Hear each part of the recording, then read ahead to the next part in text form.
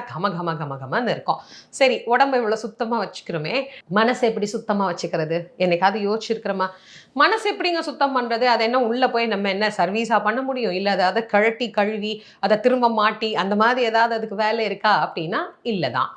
அப்போ மனச சுத்தமா வச்சுக்கிறதுக்குன்னு ஏதாவது ஒரு விஷயம் பெரியவங்க சொல்லியிருப்பாங்க இல்லையா? அது என்ன அப்படின்னா, மனதை தூய்மைப்படுத்துவதற்கு இறைவனுடைய அருளாளர்கள் அருளிச் செய்திருக்கக்கூடிய இது போன்ற பதிகங்களை, பாடல்களை பாராயணம் செய்தால் மனம் தூய்மையாகும்.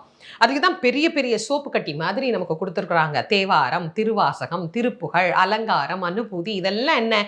மனதை தூய்மை செய்கின்ற ஒரு பொருள். இந்த மனத தூய்மை பண்ணணும் அப்படின்னா என்ன செய்யணும்? எப்படி சோப்பு போட்டு நம்ம குளிக்கிறோமோ, அது மாதிரி இந்த மனதிற்குள்ளே இவை உருப்போட்டுக் கொண்டே இருக்க வேண்டும். இதை நாம் படித்துக் கொண்டே இருக்க வேண்டும். அதுல மிக முக்கியமானது இந்த கந்தர் அனுபூதி.